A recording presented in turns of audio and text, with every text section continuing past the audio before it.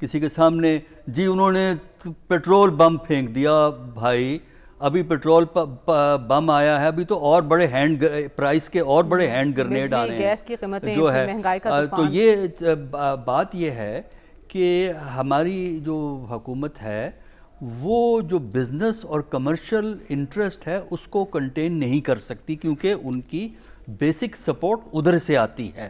تو لہٰذا اگر پیٹرول والوں نے پیٹرول پمپ بند کر دیے تھے, پیٹرول کی سپلائی روک دی تھی, تو یہ ایک ٹیکٹس تھا, انہیں پتا تھا کہ ان کے خلاف کوئی ایکشن نہیں ہوگا, انہیں پتا تھا ایکشن عوام کے خلاف ہوگا اور عوام کے خلاف ہی ہوا ہے. اور ان کے خلاف اس لیے نہیں ہوگا کہ وہیں سے تو ہماری یہ گورنمنٹ جو ہے سپورٹ کرتی ہے. اب یہ دیکھیے بہت لاہور کے اندر بہت سی جگہ پہ نان اب 30 کا مل رہا ہے, کہیں 25 کا ہے جو پرانی پرائس ہے, کہیں 30 کا مل رہا ہے, کوئی پوچھنے والا نہیں ہے. اس لیے آپ یہ امید چھوڑ دیں کہ جو ہمارے قائدین ہیں, ہمارے لیڈران ہیں, خاص کر حکومت والے ہیں, وہ عوام کے لیے کچھ کریں گے. انہوں نے اپنی بہتری میں تو بہت کچھ کر لیا ہے اپریل کے بعد, لیکن عوام کی بہتری کا اس وقت ہوگا جب عوام کھڑے ہو کر ان حکمرانوں سے پوچھیں گے کہ بھائی یہ کیا وجہ ہے کہ لوگ یہاں امیر ہیں, ملک غریب ہے. یہ کون لوگ ہیں جن کی دولتیں انگلستان میں, دبئی میں, نیو یارک کے اندر جو ہیں وہ نظر آتی ہیں؟ یہ کون لوگ ہیں, ہمیں بتاؤ, اس کا جواب دو. عام آدمی کے اکاؤنٹ میں یہ حال یہ ہے, آپ کے اکاؤنٹ میں اگر $20 بھی ملک سے باہر سے آئے نا تو بینک والا پوچھتا ہے جس کا سورس بتائیں ہمیں. بالکل ان کے ملینز آف روپیز آتے ہیں اور جاتے ہیں اور کوئی پوچھنے والا نہیں ہے. پھر کیسز ختم بھی ہو جاتے ہیں. میرا اپنا خیال یہ ہے کہ جب تک عوام کھڑے ہو کے ان کو چیلنج نہیں کریں گے اس وقت تک عوام کے ساتھ یہی ہوگا, اور میرا خیال ہونا بھی چاہیے. لیکن عوام میں تحریک کیسے پیدا ہوگی؟ ارشاد بھٹی صاحب, کل تک مریم نواز صاحبہ کہہ رہی تھی کہ ڈار صاحب پر اعتبار کریں, ہمیں ادراک ہے, عوام کو ریلیف ملے گا, ترقی کا دور وہیں سے شروع ہوگا. آج اس اعتبار کا اس طرح جواب دیا گیا, تو یہ فیصلے جو پہلے لینے چاہیے تھے کیوں نہیں لیے گئے؟ دیکھیے, پہلی بات تو یہ ہے کہ مریم نواز صاحبہ کا تاریخی استقبال ہوا, اور ایسا ہوا کہ جیسے وہ IMF سے پچھلے قرضے معاف کروا کر نیا قرضہ لے کر وہ پاکستان پہنچی ہوں, اور ایک خوش آمدی پروگرام نے انتہا کر دی. اور دوسری بات یہ ہے کہ مریم نواز صاحب ادھر پاکستان پہنچی, ادھر ڈار صاحب نے کو اتنی خوشی ہوئی کہ انہوں نے 21 نہیں 35 توپوں کی سلامی ان کو دی. اور دوسری بات یہ ہے کہ آپ یہ کہہ رہی ہیں نا کہ یہ اشرافیہ, یہ حکمران, یہ اشرافیہ, یہ حاکم, یہ 5%, یہ مگرمچھ, یہ جیونکیں, یہ دیمک, یہ ویژن لیس لوگ, یہ پالیسی لیس لوگ, یہ آڈٹ لیس لوگ, یہ پرفارمنس لیس لوگ, یہ کشکول والے, یہ بھکاری, یہ ہند سندھ میں جدادوں والے, ان کا اور ہمارا کوئی چیز بھی کامن نہیں ہے.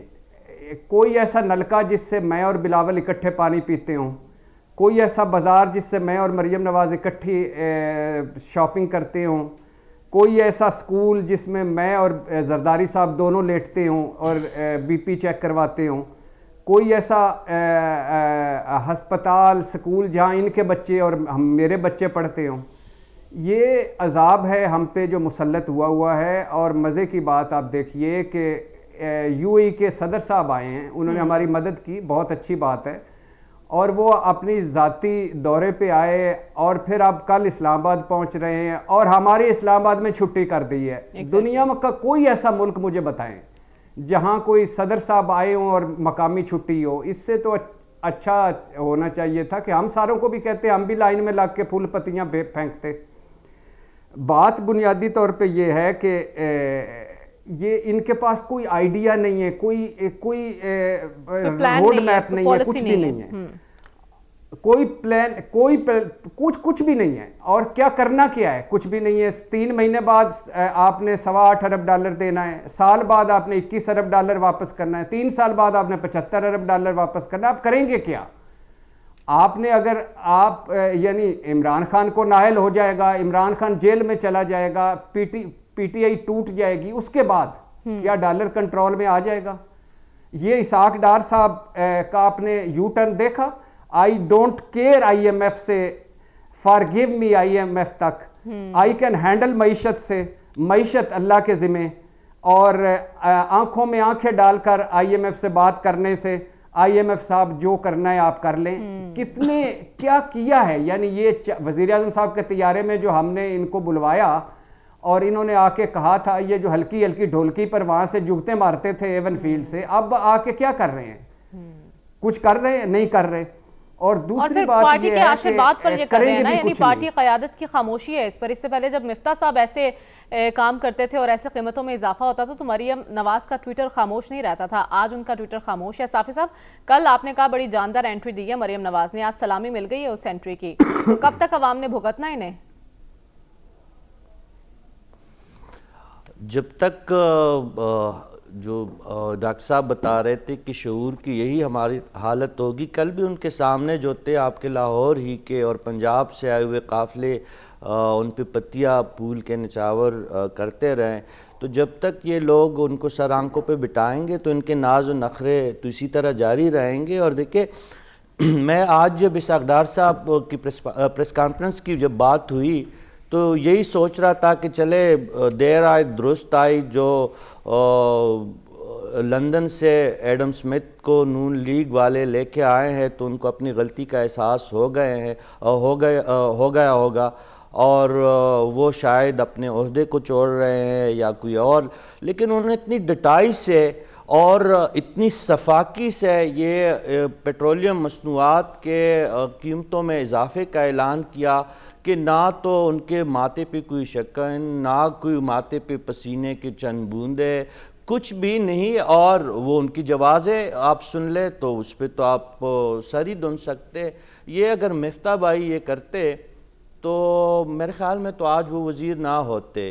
مسلم لیگ نون کو اپنی سیاست میں دیکھیے, رائے ونڈ اور پاکستان کو الگ کرنا ہوگا. اگر انہوں نے ان کی سیاست جو اس وقت دباؤ کے شکار نظر آ رہی ہے, ان کی عوامی مقبولیت دن بدن جو ہے وہ کم ہوتی جا رہی ہے, اور مریم جس مقصد کے لیے آ رہی ہے, جو ان کے والد صاحب تشریف لا رہے ہیں, تو اگر ان کا یہی طرز عمل رہا کہ رائے ونڈ اور پاکستان کی سیاست الگ الگ رستوں پہ گامزن ہو. وزیر اعظم صاحب دیکھیں, اگر یہ ان کی ٹیم کا کوئی اور ہوتا تو کم از کم ان کو ضرور میرے خیال میں یہ جو 4-6 مہینوں میں اسحاق ڈار صاحب نے تقریباً لگ بھگ 6 ارب ڈالر کے برابر جو ہے معیشت کو جو چونا لگایا, اس کا تو ان سے ضرور پوچھتے اور ان کو کابینہ سے ضرور نکالتے. لیکن وہ بھی وزیر اعظم صاحب بھی فیصلہ نہیں کر سکتے کیونکہ سمدھی ہے, رائے ونڈ کی تعیناتی ہے, تو یہ بھی انتہائی بے بس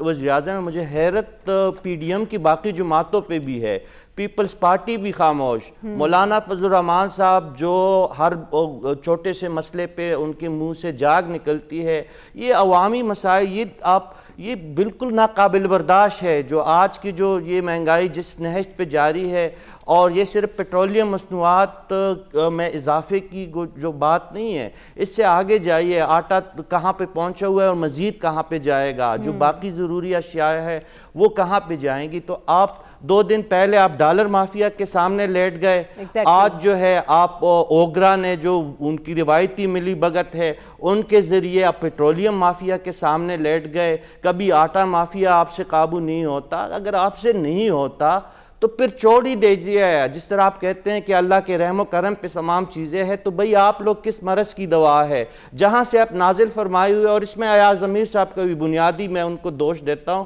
کہ وہ ہمیشہ سے یہی کہتے کہ کب آئیں گے وہ اسحاق ڈار صاحب, کب اب دیکھیں, ابھی یہ صرف اسحاق ڈار صاحب آئیں, اب دیکھیں اگر میاں صاحب آئیں گے تو پھر آپ دیکھ لیں کہ کیا حالت ہوتی ہے. بالکل, یہ لمحہ فکری ابھی تو ڈار صاحب اور مریم نواز صاحبہ آئی ہیں, جب نواز شریف صاحب ہوں گے تب عوام کا کیا حال ہوگا. لیکن یہ کہا جا رہا تھا کہ آئی ایم ایف کے پاس جانا ہی پڑے گا, یہ مشکل فیصلے لینے ہی پڑیں گے, اور عمران خان صاحب بھی ایاز صاحب ایسی باتیں کر رہے تھے کہ آئی ایم ایف کے پاس جانے کے سوا کوئی چارہ نہیں. اب انہی فیصلوں کو وہ تنقید کا نشانہ بنا رہے ہیں. آج اگر خان صاحب ہوتے تو کیا فیصلے اور عوام کا حال مختلف ہوتا؟ نہیں, تو یہ تو آپ کو کتنی دفعہ ڈاکٹر صاحب بتائیں کہ سروے آف پاکستان جو فیکٹس اینڈ فگرز ہیں کیا ہیں. یہ کرائسس جس میں, اور یہ اب ایگزسٹینشل کرائسس ہے. ایگزسٹینشل کا مطلب جو آپ کے وجود جس کو خطرہ ہو. یہ اپریل پچھلے سال تو ایسی حالت نہیں تھی.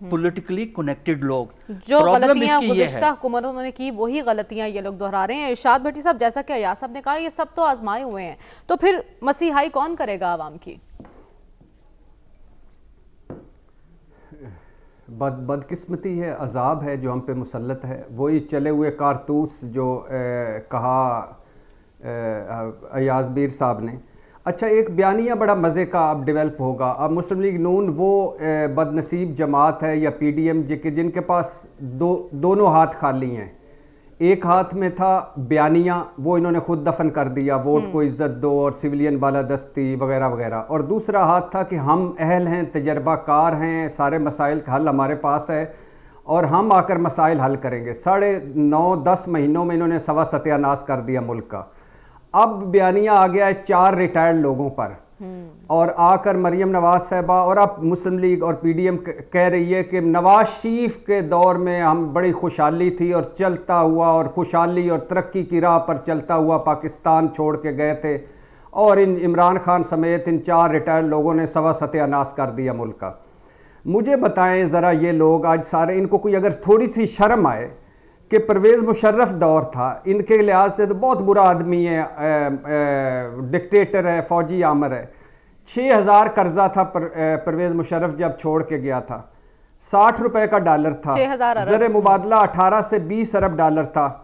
اور تجارت جو تھی وہ اس کا حال دیکھ لیں پرویز مشرف دور میں. امپورٹ دیکھ لیں، سٹاک ایکسچینج دیکھ لیں، انڈسٹری ان کے دور میں کیا ہوئی تھی، I T, auto mobile industry, real estate.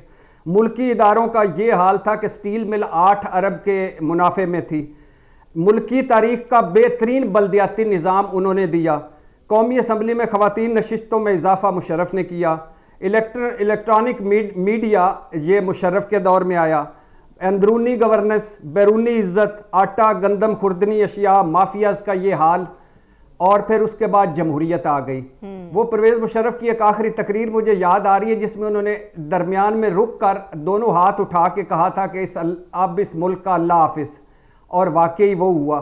ان کو شرم نہیں آتی کہ ایک فوجی آمر اور ڈکٹیٹر کے دور میں لوگ خوشحال تھے اور ان کے دور میں 2 وقت کی روٹی اس کے لیے ترس رہے ہیں. اور انڈین میڈیا ہمارا دشمن جو 5ویں بڑی معیشت ہو گیا ہے بھارت، اور جس نے 91-92 میں آخری مرتبہ IMF کے پاس گیا، اب اس کا میڈیا کہہ رہا ہے کہ پاکستان سے لڑنا ماتی یار، وہ غریب ہیں، مسکین ہیں، ہم 30 روپے آٹا دے رہے ہیں، وہ آٹے پہ ایک دوسرے کی جانیں لے رہے ہیں، پلیز ان کو بخش دو، وہ بہت مسکین ہو چکے ہیں، بہت فقیر ہو چکے ہیں. اور ہمارا وزیر اعظم سر عام کہتا ہے ہم بھکاری ہو گئے ہیں بھائی.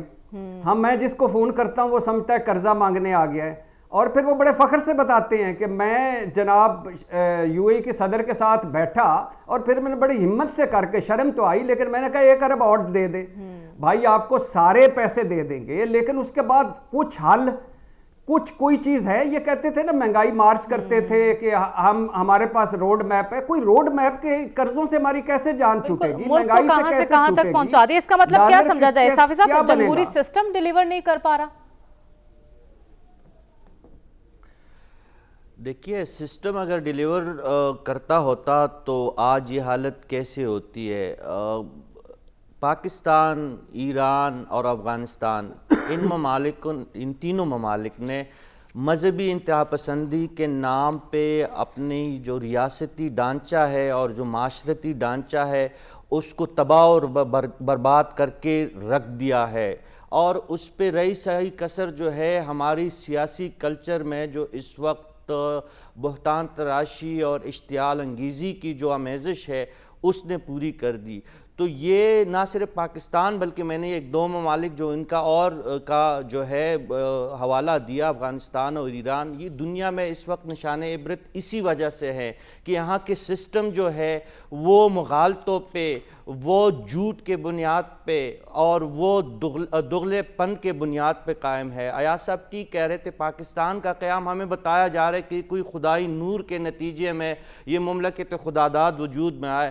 یہ دیکھیں، اگر ایسا ہوتا کم از کم یہ جو موجودہ حالت ہے یہ ہرگز کوئی عکاسی اس میں ڈیوائن عکاسی مجھے نظر نہیں آتی. اگر کسی کو نظر آتی ہے تو بتا دیا جائے. ہماری سوسائٹی جو ہے وہ اسی لاقانونیت، اسی دروغ گوئی، اسی بہتان تراشی اور اسی جملہ بازیوں کے بیچ میں جو ہے گری ہوئی ہے، تو یہ نظام کس طرح چل سکتا ہے؟ جو اس نظام کی بنیادی جھوٹ پہ ہو، دھوکے پہ ہو، ایک دوسرے کو نیچے دکھانے پہ ہو، وہ نظام کس طرح کارگر ثابت ہوگا؟ جو مفتاح اسماعیل کر رہے تھے وہ غلط تھا، جو اسحاق ڈار کر رہے ہیں وہ ٹھیک ہے. اس کی ہمیں کوئی منطق سمجھ نہیں آ رہی. جو مین ٹاپک آپ نے رکھا ہے مہنگائی کی، اگر ہم صرف بات کریں، کل جو وہ کہہ رہے تھے کہ ڈالر کو فلوٹنگ پہ چھوڑ دیں، اسحاق ڈار صاحب ادھر لندن سے ٹیلی فونے کڑکاتے تھے کہ نہیں مارکیٹ جو ہے اس کو ڈالر کو کیپ ہی رکھے، مارکیٹ میں فلوٹنگ نہ چھوڑے. آج وہ کر رہے. اچھا 2 دن پہلے جو ہے انہوں نے بات کر دی، اسلام آباد ان کے وفاقی حکومت کے ناک کے نیچے جو ہے پیٹرول پمپ جو ہے وہ انہوں نے سپلائی روک دی. بھئی اگر آپ سے یہ نہیں ہو سکتا کہ 100 پیٹرول پمپوں کے خلاف آپ کارروائی نہیں کر سکتے تو آپ کو اقتدار کا حق کس طرح حاصل ہے؟ چلے مان لیا آپ معاشی محاذ پر ناکام ہو گئے، کے لیکن انتظامی محاذ پر ہی کچھ کر کے دکھا دیتے. مافیاز کے آگے گھٹنے ٹیکنے سے آپ نے ثابت کر دیا کہ آپ دونوں محاذ پر ڈیلیور نہیں کر پا رہے ہیں. ہمیں پروگرام میں آگے بڑھنا اور بات کرنی ہے. خان صاحب نے فیصلہ کیا ہے کہ 33 نشستوں پر وہ خود الیکشن لڑیں گے. اربوں کا خرچہ ہوگا ان انتخابات پر، اور خان صاحب اس کے بعد صرف ایک نشست رکھیں گے، باقی نشستوں پر پھر انتخاب ہوں گے. تو کیا یہ سنجیدہ فیصلے ہیں؟ اسی پر بات ہوگی اس بریک کے بعد. اسٹے ود اس.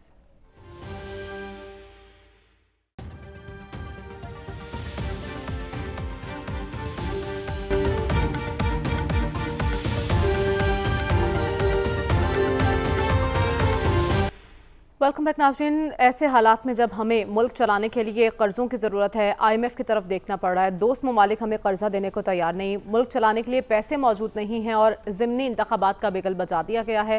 اب تحریک انصاف نے یہ فیصلہ کیا ہے کہ 33 نشستوں پر چیئرمین تحریک انصاف عمران خان خود انتخابات لڑیں گے. کیا یہ ایک سنجیدہ فیصلہ ہے جب انہوں نے ایک نشست رکھنی ہے اور اس کے بعد باقی نشستوں پہ پھر الیکشن ہوگا؟ یا سب یہ کیا مذاق چل رہا ہے ملک کے ساتھ؟ مذاق بڑا چل رہا ہے. انگریزی کا ایک فریز ہے کلیکٹیو ڈیتھ وش، اجتماعی مرنے کی تمنا. جب آپ فیصلہ کر لیں نا کہ ہم نے مرنا ہے. وہ ایک دفعہ چکوال کا ایک واقعہ ہوا تھا کہ ایک خاتون نے کہا کہ مجھے پتہ نہیں میں نے کیا کیا دیکھا ہے، تو فیملی کو لے کے وہ ساحل سمندرے پہنچے. انہوں نے کہا کہ ہم وہ پیدل چلیں گے، اور وہ سارا خاندان ڈوب گیا.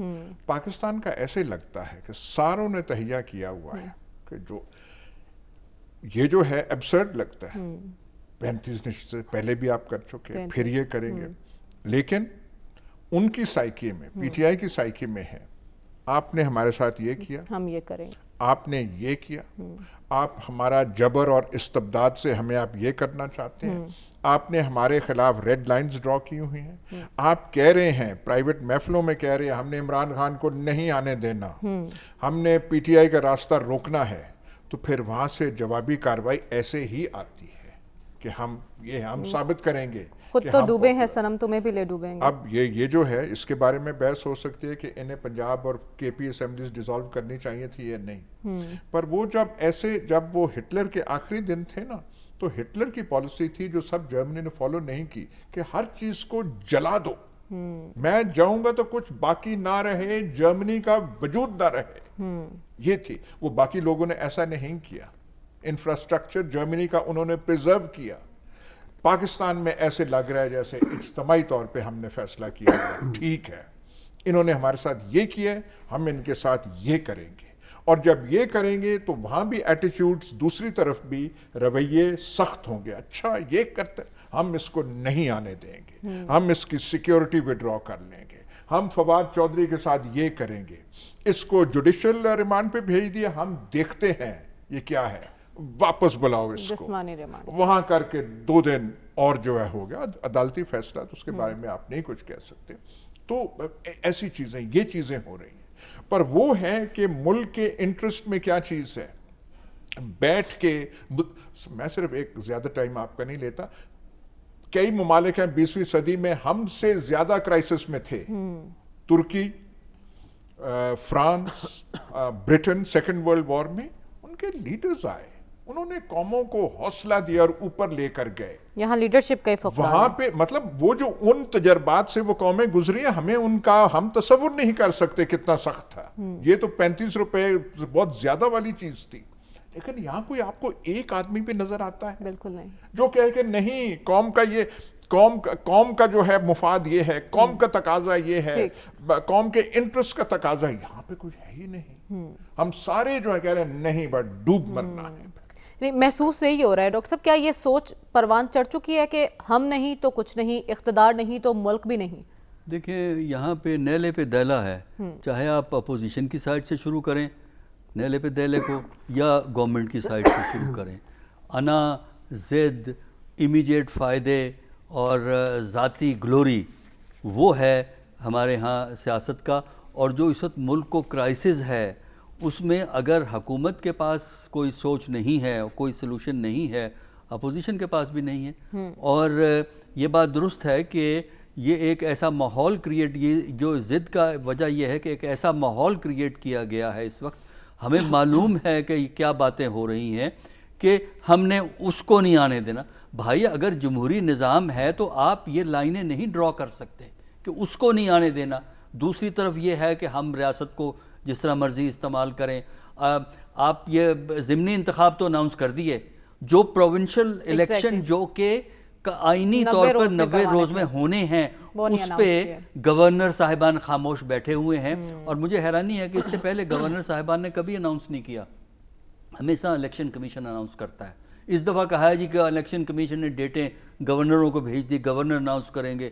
تو یہ پہلی دفعہ ہو رہا ہے پاکستان کی تاریخ میں کہ گورنر ڈیٹ دے گا.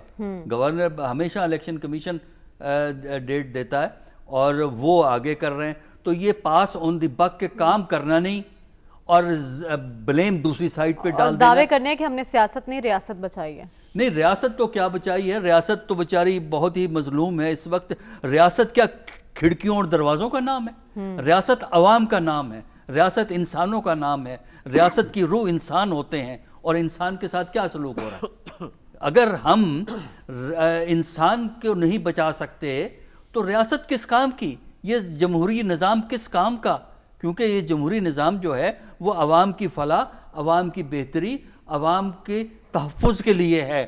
اگر آپ کو تحفظ نہیں مل سکتا تو پھر نظام کوئی بھی ہو وہ بیکار نظام ہوا کرتا ہے. اور نظام وہی چلتے ہیں, دیکھیے سیاسی نظام وہی کامیاب ہوتا ہے جس کو عوام کی سپورٹ حاصل ہو. اگر نظام کو الیٹ نے کیپچر کیا ہے یا اداروں کا اس پہ آپ کو انفلوئنس نظر آتا ہے, تو وہ نظام کے پاؤں نہیں ہوتے بلکہ فضا میں ہوتا ہے, اور کسی وقت بھی کولیپس وہ کر سکتا ہے. تو اس وقت ہم بہت خطرناک سچویشن میں ہیں. سب کو, اپوزیشن کو بھی اور گورنمنٹ کو بھی, ایک سینسیبل طور پہ کام کرنا چاہیے. عقلی تقاضے, کسی نظام کو بچانے کے عقلی تقاضے کیا ہیں, وہ دونوں کی ذمہ داری آتی ہے. اور اگر نظام کو خرابی پیدا ہوتی ہے تو بلیم نہ صرف گورنمنٹ پہ آئے گا بلکہ اپوزیشن پہ بھی آئے گا. لمحہ فکریہ یہی ہے نا کہ دونوں طرف ہی سنجیدگی کا مظاہرہ نہیں کیا جا رہا.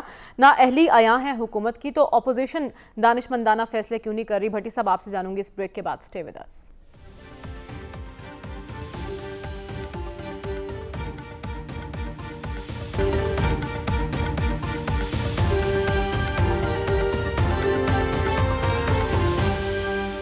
Welcome back. بھٹی صاحب, بریک پر جانے سے پہلے آپ کے لیے سوال چھوڑ کر گئی تھی, ملک کی معاشی حالات یہ ہوں اور اس پر اپوزیشن کے ایسے فیصلے ہوں, یہ کیا ظاہر کرتا ہے؟ دیکھیے مزاحیہ فلمیں چل رہی ہیں, جیسے ببو برال کا تھیٹر چل رہا ہے. عمران خان صاحب کا مجھے نہیں لگتا کہ یہ فیصلہ درست ہے کہ قومی اسمبلی سے نکلنا, قبل از وقت 2 اسمبلیاں توڑ دینا. کل ہم یہ وقت بتائے گا کہ کل ہم یہ ڈسکس کر رہے ہوں گے کہ اینٹی اسٹیبلشمنٹ بیانیاں لے کر اور قومی اسمبلی سے نکل کر اور دونوں صوبائی اسمبلیاں توڑ کر عمران خان نے کمال چال چلی, اپنی زندگی کا سب سے بڑا جوا کھیلا اور وہ پھر اقتدار میں ہے, کمال فیصلہ کیا. یا کہ عمران اینٹی اسٹیبلشمنٹ بیانیاں لے کر قومی اسمبلی سے نکل کر دونوں اسمبلیاں توڑ کر عمران خان نے اپنی زندگی کا سب سے بڑا بلنڈر کیا. اور بلا شبہ ان حالات میں ان کو, جب یہ حالات تھے, اب اس نظام میں رہنا چاہیے تھا. آج وہ اس نظام میں نہیں ہیں اور سڑکوں پر ہیں. لیکن دوسری طرف اس سے بڑی مزاحیہ فلم چل رہی ہے کہ پہلے 11 اب ایاز صادق صاحب کے اس آڈیو کو ذہن میں رکھیے جس میں وہ کہہ رہے ہیں کہ جن کو تحریک انصاف کے ممبران کے ہم نے استعفے منظور نہیں کرنے ان کا کہہ دیں گے دستخط ٹھیک نہیں ہے. 11 35 35 43 43 بقول ہمارے اسپیکر قومی اسمبلی صاحب انہوں نے ہمیں بتایا تھا آئین کے آرٹیکل 64 کے تحت استعفیٰ تب منظور ہوتا ہے جب بندہ ہاتھ سے استعفیٰ لکھے اور تصدیق میں کروں, میرے پاس آ کر تصدیق کرے. کیا کسی نے ہاتھ سے لکھ کر ان کو استعفیٰ دیا؟ کیا کوئی تصدیق کے لیے ان کے پاس گیا؟ اور کیا الیکشن کمیشن صاحب بہادر نے ذرا سا بھی ان کو کیا اور روکا ٹوکا کہ بھائی جان یہ آپ غیر جمہوری کر رہے ہیں, غیر اخلاقی ہے, غیر منطقی ہے, غیر اصولی ہے. اور پھر سب سے بڑا مذاق یہ ہے کہ آپ نے نگران وزیر اعلیٰ پنجاب کا ان کو بنا دیا, ابتدائی ان سے کر دی جو متنازع تھے.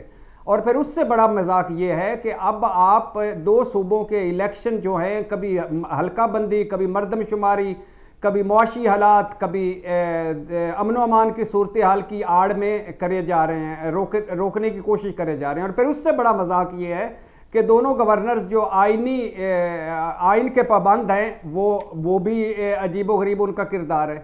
اور پھر اس سے بڑا مذاق یہ ہے کہ الیکشن کمیشن صاحب بہادر نے کہا ہے کہ تبادلوں پر پابندی ہے. چیف سیکرٹری بدل گیا, آئی جی بدل گیا, لا افسر بدل گئے, ڈپٹی کمشنر بدل گئے, پولیس بدل گئی, اور آج وہ جو شہباز شریف صاحب کے سٹاف افسر تھے وہ لگ گئے ہیں محسن نقوی صاحب کے سٹاف افسر. تو اب کیا کیا جائے؟ اس میں مذاق ہی مذاق ہے چاروں طرف. ٹھیک ہے, یعنی صرف ایک مذاق ہی ہو رہا ہے, عوام کا کچھ نہیں سوچا جا رہا. صافی صاحب اس پر ہم دیکھ رہے ہیں خان صاحب کہا کرتے تھے کہ میں تو اس نظام کا حصہ نہیں بنوں گا, ان کرپٹ لوگوں کے ساتھ نہیں بیٹھوں گا, ہمارے استعفے قبول کیے جائیں. پھر استعفے قبول ہوئے, وہ بھی ہم نے دیکھا, اور اب پھر ضمنی الیکشن پر آئے ہیں تو وہ 33 نشستوں پر خود کھڑے ہونے کا فیصلہ کر رہے ہیں, یہ جانتے ہوئے کہ اربوں کا خرچہ ہونا اور ملک اس کا متحمل ابھی نہیں ہو سکتا.